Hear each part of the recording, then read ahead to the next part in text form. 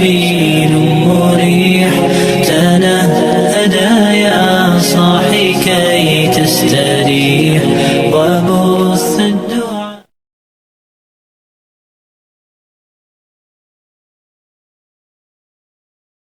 Assalamualaikum warahmatullahi wabarakatuh. Bismillahirrahmanirrahim. Alhamdulillahilladzi a'azza ahla ta'atihi bi'ibadatihi wa as'adahum bi'inayatihi. Wassalatu wassalamu ala al-habibil mahbub al-bashirin nadhir was-sirajil munir sayyidina Muhammadin wa ala alihi wa sahbihi ajma'in, amma ba'du.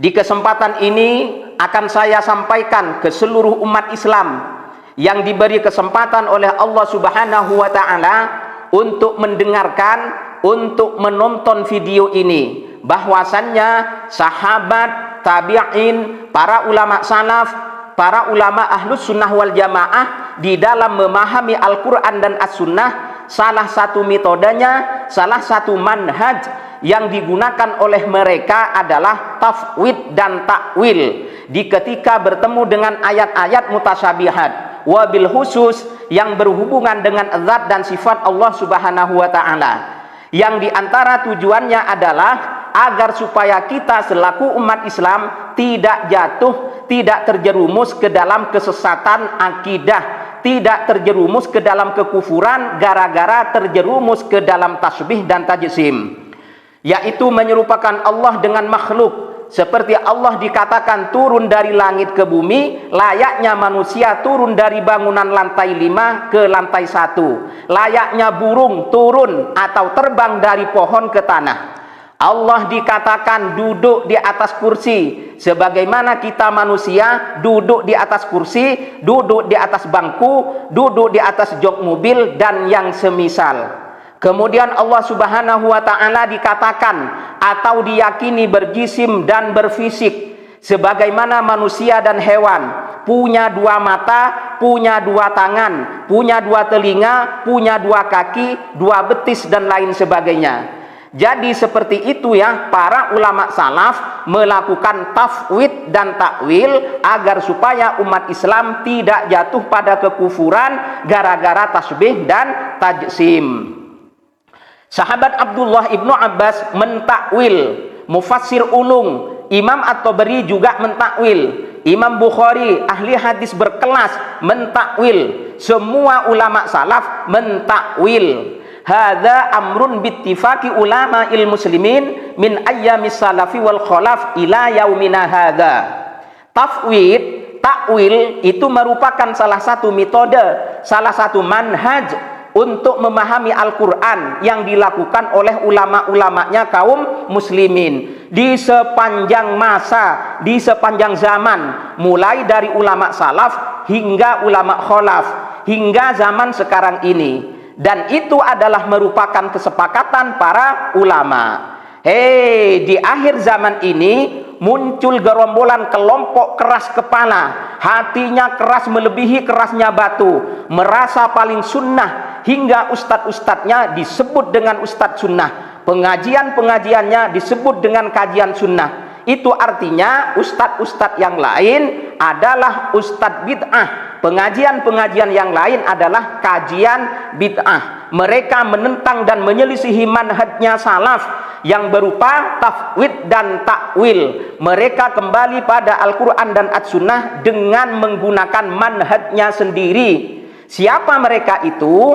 Jawabnya adalah lagi-lagi mereka itu adalah Wahabi. Bahkan Wahabi ini bukan hanya tidak mengikuti manhaj salaf, akan tetapi mereka juga menghina dan mengolok-olok ulama salaf yang mentakwil dengan dikatakannya takwil itu adalah penyakit, takwil itu adalah batil, takwil itu adalah perbuatan bid'ah, manhaj bid'ah yang paling buruk. Astaghfirullahaladzim. Ibnu Abbas, Imam At-Tabari, Imam Bukhari dan yang lainnya penyakit semua, pelaku bid'ah semua, batil semua, kata Wahabi.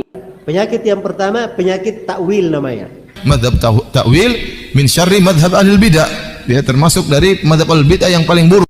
Selanjutnya mari kita perhatikan bersama-sama bagaimana Wahabi memahami Al-Quran, ayat-ayat sifat dan hadis-hadis sifat dengan menggunakan metode sendiri, dengan menggunakan konsep sendiri, dengan menggunakan manhaj sendiri, yang mana metode yang dipakai oleh Wahabi ini akan menghasilkan pemahaman yang akan membuat jamaahnya, yang akan membuat pengikutnya sakit gigi, kepalanya mumet, pusing 7 keliling hingga berkunang-kunang. Walaupun beribu-ribu kali diobati dengan obat sakit kepala, tetap tidak akan sembuh.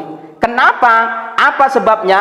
Sebabnya adalah ustadz-ustadz dan da'i-da'i mereka dengan ayat Ar-Rahmanu 'alal arsyistawa menyatakan dengan tegas dan jelas bahwa Allah itu menempat ada di atas aras, bersemayam di atas aras. Lalu di kesempatan yang lain Ustadz Wahabi dengan metodenya yaitu redaksional menyatakan melalui ayat pada surah Al-Hadid ayat 4 dalam penggalan ayat wa huwa ma'akum aina ma kuntum, artinya dan dia Allah bersama kalian dimanapun kalian berada. Jadi ayat ini kalau tidak ditakwil sebagaimana Wahabi, maka Allah sudah tidak ada di aras lagi, akan tetapi Allah sudah bersama Firanda, sudah bersama Pak Farhan, sudah bersama Pak Maududi, bersama para jamaahnya, bersama para pengikutnya. Kemana mereka pergi, ke sana Tuhannya ikut. Berarti Tuhannya Wahabi itu banyak ya, atau satu tapi berpindah-pindah dari satu tempat ke tempat yang lain. Nah, masalah itu saya nggak tahu, saya nggak paham. Tanyakan saja langsung ke dai-dai Wahabinya. Kalau saya kan ikut ulama salaf, jadi aman dari pertanyaan-pertanyaan yang semacam itu. Kemudian di kajian yang lain, Ustadz Wahabi melalui surah Al-An'am ayat 3, wa huwallahu fis samawati wa fil ard, menjelaskan pada pengikutnya bahwa Allah sudah tidak di aras lagi, tapi ada di beberapa langit. Ingat, bukan menempat di satu langit, tapi di beberapa langit. Banyak langitnya, bukan satu. Karena lafal samawat itu bentuknya jamak, bukan mufrad, bukan tunggal. Dan juga Allah itu ada di bumi. Di dalam memahami ayat ini, kalau tidak mengikuti ulama salaf yang mentakwil, tapi ikut metodenya Wahabi, monggo silahkan fikir dan renungi sendiri, biar sampian juga ikut merasakan pusing. Berikutnya surah Al-Baqarah ayat 186. Wa idza sa'alaka ibadi anni fa inni qarib. Dan apabila bertanya kepadamu hamba-hambaku tentang aku, maka sesungguhnya aku itu dekat. Ini beda lagi tempatnya Allah, ada di dekat hamba-hambanya yang taat. Kemudian ayat selanjutnya yang memindahkan Allah ke tempat yang lain menurut Wahabi adalah Al-Baqarah ayat 115. Fa aynama tuwallu fa thamma wajhullah. Maka di mana saja kamu menghadap, maka disitulah wajah Allah. Jadi ayat ini menurut konsep Wahabi, Allah berada di tempat lain lagi, bukan di aras, bukan di atas, bukan di langit, tapi ada di tempat atau di arah kita menghadapnya. Kemudian ada sebuah hadis sahih muttafaqun alaih yang artinya begini. Rasulullah SAW bersabda, di ketika kalian melakukan sholat, jangan meludah ke depan, karena di depannya orang yang sholat itu ada Allah. Dan juga jangan sampai meludah ke arah kanan, karena di situ ada malaikat. Hadis ini menunjukkan bahwa Allah berada di lain tempat lagi. Di hadis yang lain yang diriwayatkan oleh Imam Muslim, kalau Wahabi mau konsisten dengan metodenya di dalam memahami Al-Quran dan As-Sunnah, maka Allah akan menempat di tempat yang lain lagi, yaitu pada orang yang sedang bersujud. Aqrabu ma yakunul abdu min rabbihi wa huwa sajidun fa aktsirud du'a. Jadi jelas sekali ya, apabila memahami Al-Qur'an dan As-Sunnah tidak mengikuti manhaj salaf yang dalam hal ini tafwid dan takwil, maka jelas akan terjerumus ke dalam kesesatan akidah, berpotensi terjerumus pada kekufuran, terjerumus pada tasbih dan tajsim. Ini hanya dilihat dari satu sisi saja, belum dari sudut yang lain, belum dari ayat-ayat yang lain, belum dari hadis-hadis yang lain. Sudah amburadul, kacau sedemikian rupa. Allah ada di atas aras, ada di langit, Allah ada di bumi, ada di setiap manusia. Ikut kemana manusia pergi, ada di depan orang sholat, ada bersama dengan orang yang sedang sujud. Yang menyebut Allah itu di atas Allah. Ya akhi, yang menyebut Allah di atas siapa? Allah, bukan kita.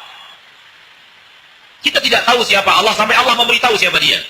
Dan di antara yang Allah beritahu kepada kita, dia di atas.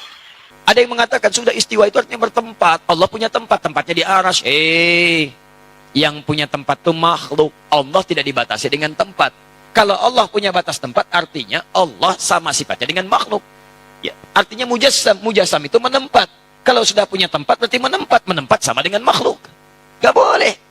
Yang kedua, itu menakwilkan. Jadi kalau antum ingin menafsirkan, jangan tafsirkan seenak antum. Dibawa pada pemahaman yang beda dengan makhluk. Sebetulnya, inti pembahasannya, pemikirannya sama.